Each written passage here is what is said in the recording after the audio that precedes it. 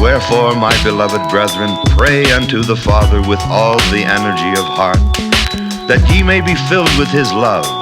which he hath bestowed upon all who are true followers of his Son, Jesus Christ, that ye may become the sons of God, that when he shall appear we shall be like him, for we shall see him as he is, that we may have this hope, that we may be purified even as he is pure. Amen.